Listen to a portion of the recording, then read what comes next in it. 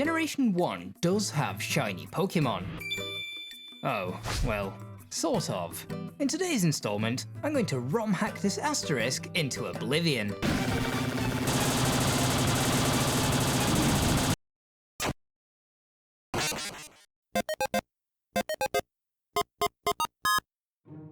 Greetings! Welcome to another episode of Porygondolier. I would imagine that you've probably already seen a video or two discussing the topic of shiny Pokemon in Gen 1, but in the interests of near universal comprehension, I'll give you a quick recap of how it works and what the limitations are. In modern Pokemon games, your pocket-dwelling amigos come with something called individual values, or IVs. These function as their genetic innate ability to do stuff like attacking and defending, and they take the form of 6 0 to 31 values for each of your Pokemon's stats. Gen 1 and 2 have a similar system that we call DVs, which I think is short for predetermined level of violence, but I'd rather not be quoted on that. This time the values range from 0 to 15, and special is combined, for a total of 4 DV values per Pokemon. When Game Freak were adding shininess into Gen 2, they created a system that was backwards compatible with Gen 1.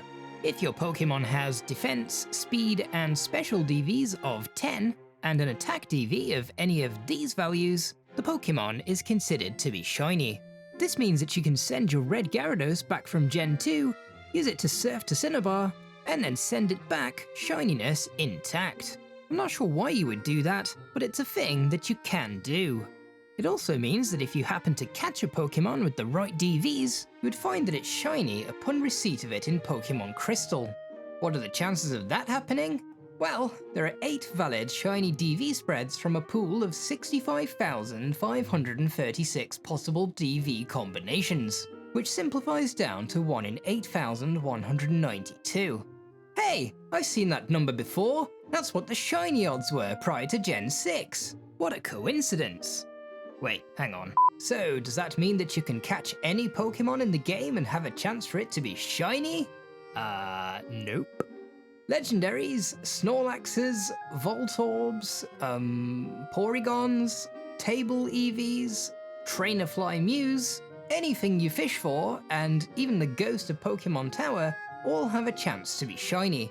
Yeah, I've made quite a few shorts on this topic. But anything you find in the grass, or while walking in a cave, or when surfing, has a precisely 0% chance to be shiny. And to understand why, we need to talk about random numbers.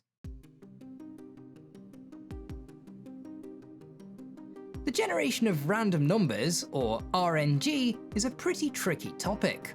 The developers of computer systems and games have grappled with this since the advent of the technology.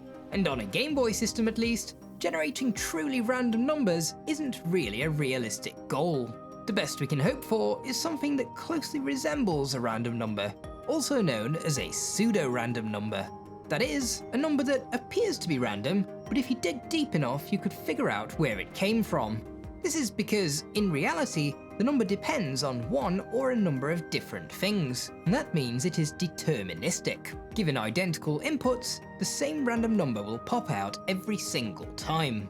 In Pokemon Red, pseudo-random numbers are generated and used for all kinds of things. To check if your opponent will freeze or not after an Ice Beam. Yep, it happened again. To check if that Horn Drill will hit or not, and of course, to give wild Pokemon random-ish DVs. And they're also used when you're walking in a cave to decide if it's time to interrupt you with yet another Zubat or not. Let's see how they work. The Game Boy system has something called a divider register. This is a single byte of data containing a number from 0 to 255. The number is increased by 16,384 times a second. To try and demonstrate how fast that is, the number on the left here is going up at that speed and isn't limited to 255, while the number on the right here is what we would actually see in the divider register, as every time it tries to add 1 to 255, it wraps back around to 0. When Pokemon Red needs a random number, it takes the last random number it generated, adds on the value in the divider register, and also throws in something called the carry flag, which will be 0 or 1 depending on whatever happened before the random number was requested. It also generates a second random number using a similar but slightly different formula. Great! With the divider register changing so rapidly, there's no way this could possibly backfire and cause shiny Pokemon and also Pokemon with perfect DVs to be impossible encounters in the wild. Right? Haha, I think you've probably already figured out that it does. When we walk around in the tall grass, the game constantly generates random numbers and compares them to a value called grass rate. If the number generated is less than the grass rate, a wild Pokemon encounter begins.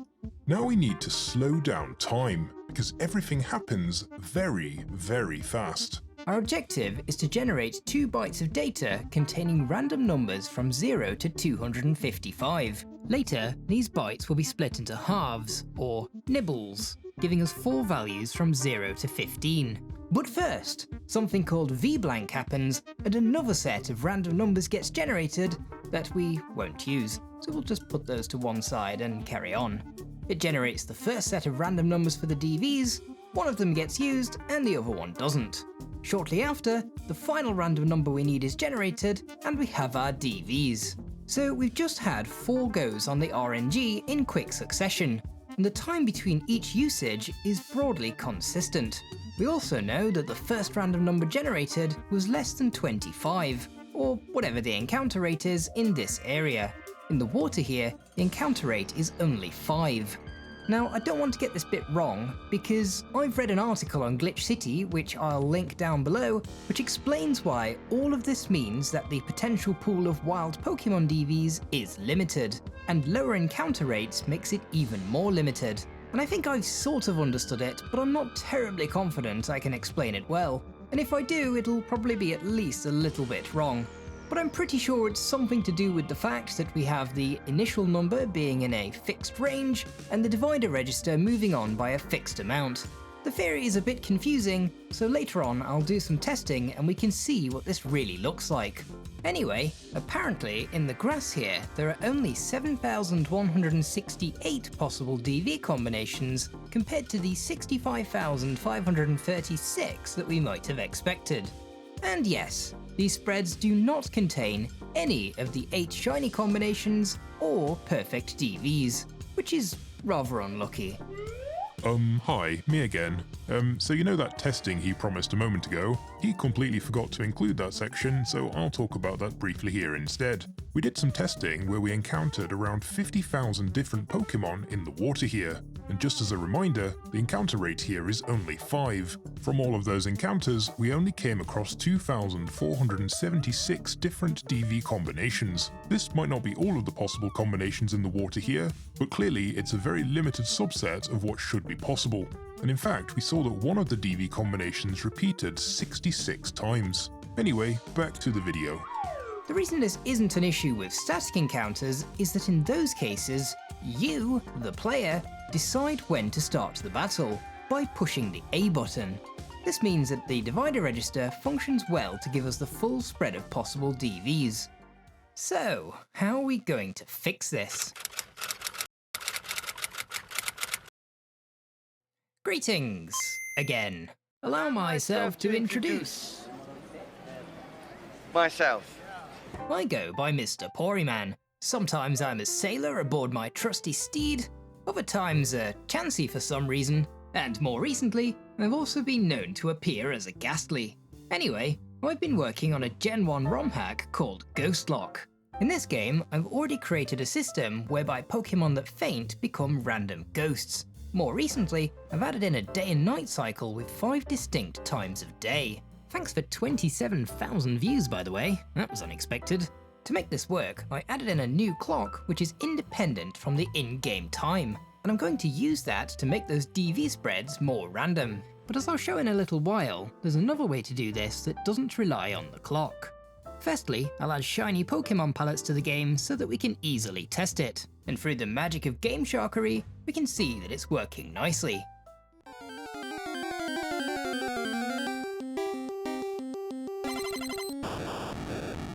I'm really rather pleased with how the shiny animation came out, but I'd like to hear what you think.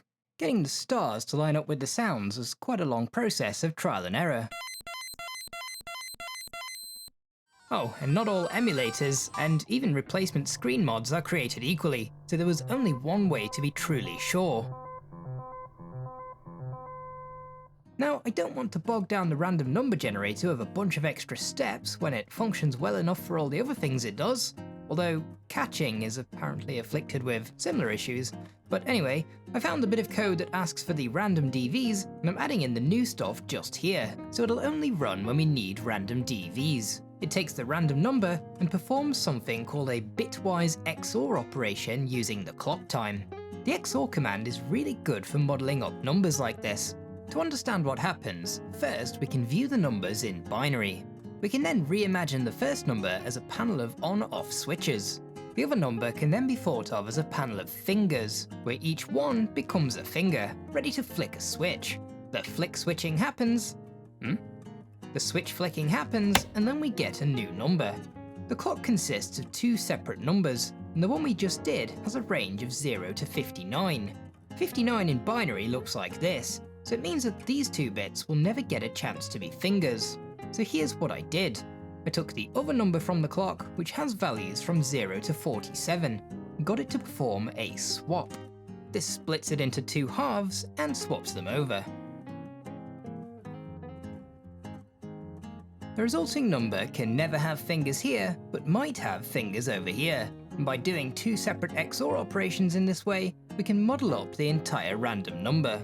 That was probably an unnecessarily technical explanation, but the point to take away is that the DV spread now depends on everything it already depended on, but also the clock time, which is changing every second.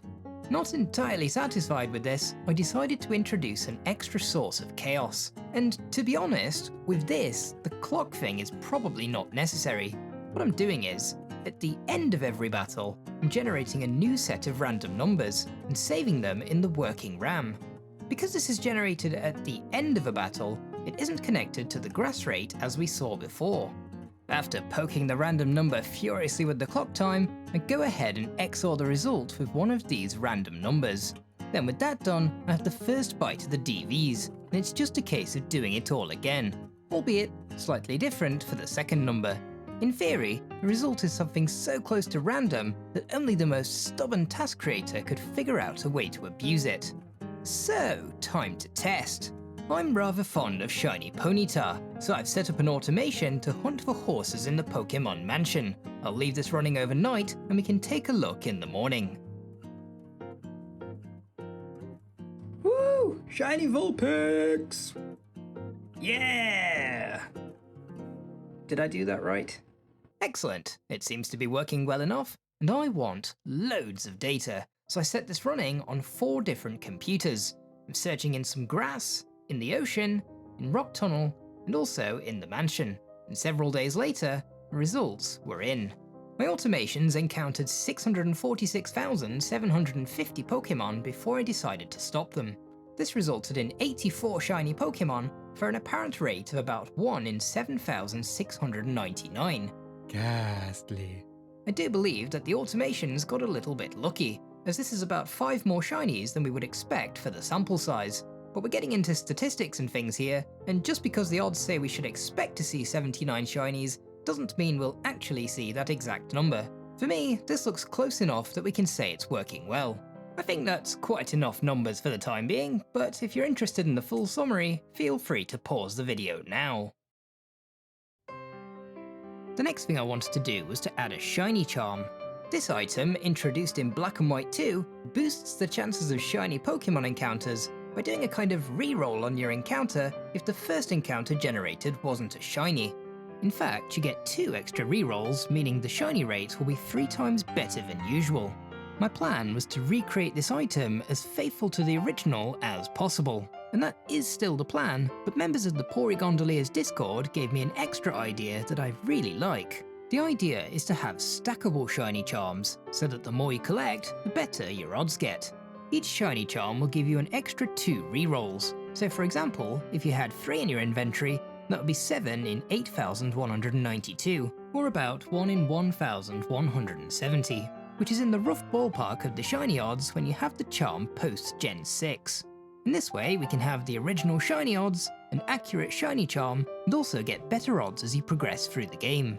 So I threw some code together that counts the number of shiny charms in your inventory and uses that to calculate the number of rerolls. And to test this out in the most ridiculous way possible, I gave myself 99 of them, for an effective shiny rate of about 1 in 41.